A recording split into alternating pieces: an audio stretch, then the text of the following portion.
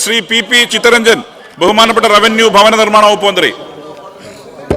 Sir, Alappuzha മണ്ഡലത്തിന്റെ തീരദേശ മേഖലയിൽ താമസിക്കുന്ന നൂറുകണക്കിന് വരുന്ന മത്സ്യത്തൊഴിലാളികളായിട്ടുള്ള സാധാരണക്കാരുടെ വിഷയമാണ് സാർ ഞാൻ ഈ സബ്മിഷനിലൂടെ അവതരിപ്പിക്കുന്നത്.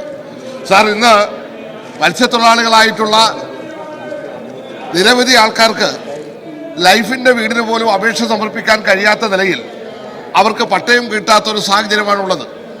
ബഹുമാനപ്പെട്ട റവന്യൂ മന്ത്രി ശ്രീ കെ രാജൻ നമ്മുടെ സംസ്ഥാനത്ത് ഈ ഗവൺമെൻറ് ആയിരക്കണക്കിന് വരുന്ന സാധാരണക്കാരായ മനുഷ്യർക്ക് പട്ടയം കൊടുത്തുകൊണ്ട് നാടിന് തന്നെ മാതൃകയാകുന്ന പ്രവർത്തനം നടത്തുന്ന ഒരു സർക്കാരാണ് സാർ. സാർ, ഞാൻ ഉന്നയിക്കുന്ന പ്രശ്നമെന്ന് പറഞ്ഞാൽ അമ്പലപ്പുഴ ചേർത്തല താലൂക്കിൻ്റെ തീരദേശ മേഖലയിൽ താമസിക്കുന്ന പാവപ്പെട്ട മനുഷ്യർക്ക് പട്ടയം ലഭിക്കുന്നതിന് ആവശ്യമായിട്ടുള്ള നടപടികൾ അടിയന്തരമായി സ്വീകരിക്കേണ്ടതുണ്ട്. സാർ, ഇപ്പോൾ കേന്ദ്ര ഗവൺമെന്റ് തന്നെ ഇന്ന് സർവേ ലാൻഡ് സർവേ ചെയ്യുന്നതിന് വേണ്ടിയുള്ള നോട്ടിഫിക്കേഷൻ നൽകിയിട്ടുണ്ട്. സാർ, ഇവിടെ ഞാൻ ചൂണ്ടിക്കാണിക്കുന്നത് ഹൈഡ്രോളിക് സർവേ പഞ്ചായത്തിന്റെ പണം ഉപയോഗിച്ച് തന്നെ ആലപ്പുഴ മണ്ഡലത്തിൽ നടപ്പിലാക്കി. സാർ, അൺസർവേഡ് ലാൻഡ് സർവേ ചെയ്യുന്നതിനുള്ള നോട്ടിഫിക്കേഷൻ നൽകേണ്ടതുണ്ട്. സാർ, ജീവനക്കാരുടെയും സർവേയർമാരുടെയും കുറവ് ഈ മേഖലയിൽ നിലനിൽക്കുന്നതെന്നാണ് ഞാൻ മനസ്സിലാക്കുന്നത്. സാർ, അതുകൊണ്ട് ഗവൺമെന്റിനോട് അഭ്യർത്ഥിക്കുന്നത് ഇന്നിപ്പോൾ 3000 സ്ക്വയർ ഫീറ്റ് വരെയുള്ള വീടുകൾക്ക് നിർമ്മാണ അനുമതി നൽകാം എന്ന പ്രത്യേക നോട്ടിഫിക്കേഷൻ പരിഗണിച്ചുകൊണ്ട് ഈ ഭൂമി പതിച്ചു കൊടുക്കുന്നതിനാവശ്യമായ അവർക്ക് പട്ടയം കൊടുക്കുന്നതിനാവശ്യമായ നടപടി സ്വീകരിച്ചാൽ നൂറുകണക്കിന് വരുന്ന സാധാരണക്കാരായ മനുഷ്യർക്ക് ഇന്നുള്ള ലൈഫ് പദ്ധതിയുടെ അടക്കം പ്രയോജനം ഉപയോഗിക്കപ്പെടാൻ കഴിയും.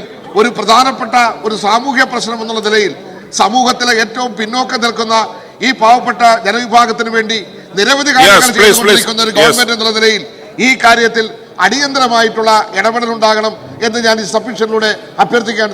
ബഹുമാനപ്പെട്ട റവന്യൂ ഭവന നിർമ്മാണ വകുപ്പ് മന്ത്രി. സാർ, ബഹുമാനപ്പെട്ട അംഗം ഉന്നയിച്ചത് അമ്പലപ്പുഴ ചേർത്തല താലൂക്കുകളിലെ പ്രശ്നമാണെങ്കിൽ പോലും അത് കേരളത്തിലെ മത്സ്യത്തൊഴിലാളികളെയും കടൽ പുറമ്പോക്കിൽ താമസിക്കുന്ന തൊഴിലാളികളെയും ഏറ്റവും ഗൗരവമായി ബാധിക്കുന്ന ഒരു പ്രശ്നമാണ്. സാർ, ഈ മണ്ഡലങ്ങളിലെല്ലാം ഈ പ്രശ്നങ്ങൾ നിലനിൽക്കുന്നുണ്ട്.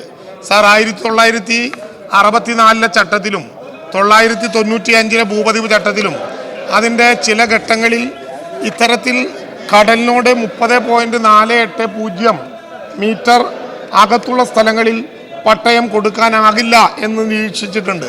സാർ, പക്ഷേ ഏതെങ്കിലും നിയമങ്ങളുടെയും ചട്ടങ്ങളുടെയും ഭാഗമായി എഴുതി വയ്ക്കപ്പെട്ടതിൻ്റെ അടിസ്ഥാനത്തിൽ സാധാരണക്കാർക്ക് ഭൂമി കിട്ടുന്നതിൽ തടസ്സമുണ്ടാക്കാൻ പാടില്ല എന്ന നിലപാടാണ് സാർ കേരളത്തിലെ ഗവൺമെൻറ്റിനുള്ളത്. ചട്ടങ്ങളും നിയമങ്ങളും കാണിച്ച് ആളെ പേടിപ്പിക്കുകയല്ല, അത് ഏറ്റവും സാധാരണക്കാരായ മനുഷ്യർക്ക് അനുഭവയോഗ്യമാക്കാൻ ചട്ടങ്ങളിലും നിയമങ്ങളിലും മനുഷ്യസാധ്യമായ മാറ്റങ്ങൾ ഉണ്ടാക്കിയൊരു ഗവൺമെൻറ്റാണ് സാർ ഈ ഗവൺമെൻറ്. അതുകൊണ്ട് തന്നെ ഈ ദൂരപരിധിക്ക് പുറത്തുള്ള പുറമ്പോക്കുകളിൽ പതിച്ചു കൊടുക്കാൻ കഴിയും എന്ന നിലപാട് സ്വീകരിച്ചുകൊണ്ട് കടൽ പുറമ്പോക്കുകളിൽ താമസിക്കുന്ന മത്സ്യത്തൊഴിലാളികൾക്ക് പട്ടയം നൽകുന്നതിനുള്ള ഒട്ടേറെ നടപടികൾ ഈ ഗവൺമെൻറ് സ്വീകരിച്ചു വരികയാണ്. സാർ, കേരളത്തിലെ ബഹുമാനപ്പെട്ട മുഖ്യമന്ത്രി നടത്തിയ നവകേരള സദസ്സിൻ്റെ ഭാഗമായി കൊല്ലം ജില്ലയിൽ എത്തിച്ചേർന്നപ്പോൾ ഞങ്ങളോട് അവിടുത്തെ കടൽ പുറമ്പോക്കിലെ തൊഴിലാളികൾ ആവശ്യപ്പെട്ടതനുസരിച്ച് ആ പ്രവർത്തനങ്ങൾക്ക് മുന്നോട്ട് പോയപ്പോൾ കൊല്ലം വെസ്റ്റ് വില്ലേജിൽ പള്ളിത്തോട്ടം മുതാക്കര കടൽ പുറമ്പോക്കിൽ താമസിച്ചു വരുന്ന നൂറുകണക്കിന് മത്സ്യത്തൊഴിലാളികൾക്ക് പട്ടയം കൊടുക്കാനുള്ള നടപടി സാർ ഈ ഗവൺമെൻറ് സ്വീകരിച്ചു കഴിഞ്ഞു. സാർ, കടലിറങ്ങിയ ഭാഗത്ത് കുടിയേറി വീട് വെച്ച് വർഷങ്ങളായി താമസിക്കുന്ന ആയിരക്കണക്കിന് കുടുംബങ്ങൾക്കും ഈ സർക്കാർ പട്ടയം അനുവദിച്ചിട്ടുണ്ട്. കഡസ്ട്രൽ സർവേക്ക് പുറത്തുള്ള ഇത്തരം ഭൂമി സർവേ അതിരടയാള നിയമപ്രകാരം പ്രത്യേക വിജ്ഞാപനം പുറപ്പെടുവിച്ച് കഡസ്ട്രൽ സർവേ മാപ്പിനോട് കൂട്ടിച്ചേർത്താണ് പട്ടയം അനുവദിച്ചിട്ടുള്ളത്. തിരുവനന്തപുരം ജില്ലയിലെ നെയ്യാറ്റിൻകര താലൂക്കിലെ 1000-ൽ പരം കുടുംബങ്ങൾക്ക് ഇപ്രകാരം പട്ടയം അനുവദിച്ചിട്ടുണ്ട്.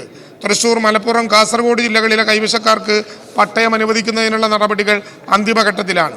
ഇത്തരത്തിൽ നിയമപ്രശ്നങ്ങളാൽ പട്ടയം നൽകുന്നതിന് തടസ്സം നേരിടുന്ന വിഷയങ്ങൾ പരിശോധിച്ച് അവ പരിഹരിക്കുന്നതിന് വേണ്ടി കേരളത്തിലെ ഗവൺമെൻറ് ആരംഭിച്ച പട്ടയ മിഷൻ, ബഹുമാനപ്പെട്ട അങ്ങുൾപ്പെടെ അധ്യക്ഷത വഹിച്ച അതിൻ്റെ ഭാഗമായിട്ടുള്ള പട്ടയ അസംബ്ലികളിൽ ഉയർന്നു വന്ന പ്രശ്നങ്ങൾ പട്ടയ ഡാഷ്ബോർഡിലേക്ക് ചേർക്കൽ, ഈ നടപടിക്രമങ്ങളുടെ ഭാഗമായി അദ്ദേഹം ഉന്നയിച്ച ആലപ്പുഴ ചേർത്തല താലൂക്കുകളിലെ പ്രശ്നങ്ങളും നമ്മൾ എടുത്തിട്ടുണ്ട്. സാർ, ഒരു പ്രധാനപ്പെട്ട പ്രശ്നമായതുകൊണ്ടാണ് സർക്കാർ ഭൂമിയിൽ വർഷങ്ങളായി വീട് വെച്ചും താമസിച്ചും കൃഷി ചെയ്തും വരുന്ന ഭൂരഹിതരായവർക്ക് നിയമപ്രകാരം പട്ടയം നൽകുന്നതിനുള്ള കൈവശങ്ങളുടെ വിശദാംശങ്ങൾ സംസ്ഥാന തലത്തിൽ തന്നെ പട്ടയ മിഷനിലൂടെ ക്രോഡീകരിച്ച് പട്ടയ ഡാഷ്ബോർഡിലേക്ക് പെടുത്തിയിട്ടുണ്ട്.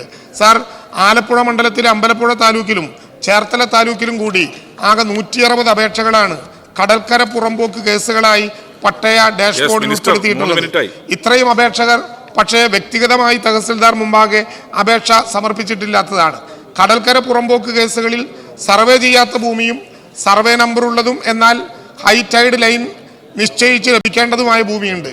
160 അപേക്ഷകളിൽ അമ്പലപ്പുഴ താലൂക്കിൽ 39ഉം ചേർത്തല താലൂക്കിൽ 121 കേസുകൾ ആയതിൽ ആര്യാട് തെക്കേ വില്ലേജിലെ ഹൈടൈഡ് ലൈൻ നിശ്ചയിച്ചിട്ടുള്ളതും അർഹതയുള്ള 6 കൈവശക്കാരെ കണ്ടെത്തിയിട്ടുള്ളതും ഇനം മാറ്റുന്നതിനുള്ള നടപടികൾ സ്വീകരിച്ചു വരുന്നതുമാണ്. കലവൂർ വില്ലേജിൽ 11 കൈവശക്കാരുടെ അർഹത പരിശോധിക്കുന്നതിന് ഹൈഡ്രോഗ്രാഫിക് സർവേ നടത്തുന്നതിന് ഉള്ള ഫീസ് ഒടുക്കിയിട്ടുള്ളതും ചീഫ് ഹൈഡ്രോഗ്രാഫിക് സർവേയർക്ക് കത്ത് നൽകിയിട്ടുള്ളതുമാണ്. സാർ, ഈ ബഹുമാനപ്പെട്ട അംഗം ഉന്നയിച്ച കലവൂർ വില്ലേജിലെ അൺസർവേഡ് ലാൻഡിൽ സ്ഥിതി ചെയ്യുന്ന 22 കുടുംബങ്ങൾക്ക് പട്ടയം നൽകുന്ന വിഷയത്തിൽ കേരള സർവേ അതിരടയാള നിയമം 961 സെക്ഷൻ 4161 നോട്ടിഫിക്കേഷൻ പൂരിപ്പിച്ച് നടപടികൾ സ്വീകരിച്ചു വരികയാണ്. സാർ, ബഹുമാനപ്പെട്ട അംഗം ഉന്നയിച്ചതുപോലെ ആവശ്യമായിട്ടുള്ള സർവേയർമാരുടെ എണ്ണം വർദ്ധിപ്പിച്ചു കൊടുത്താലും ഈ പ്രശ്നം പരിഹരിക്കുന്നതിനാവശ്യമായ നടപടികൾ സ്വീകരിക്കും. വളരെ പോസിറ്റീവായ ഒരു സമീപനമാണ് സർക്കാർ ഈ കാര്യത്തിൽ കാണിച്ചിട്ടുള്ളത്. അതനുസരിച്ച് ഈ പ്രശ്നങ്ങളിലും ഏറെ താമസിയാതെ പരിഹരിക്കാൻ കഴിയുമെന്ന് ആത്മവിശ്വാസം ബഹുമാനപ്പെട്ട അംഗത്തെ വേദിയിൽ അറിയിക്കുന്നു.